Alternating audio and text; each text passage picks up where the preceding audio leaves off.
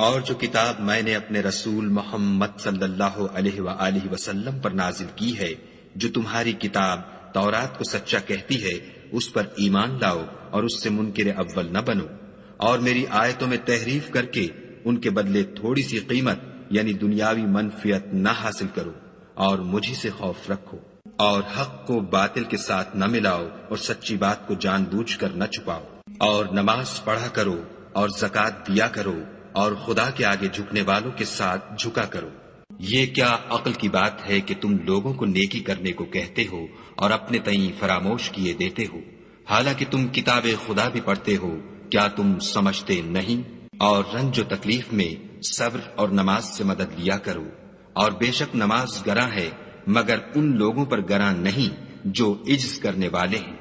جو یقین کیے ہوئے ہیں کہ وہ اپنے پروردگار سے ملنے والے ہیں اور اس کی طرف لوٹ کر جانے والے ہیں۔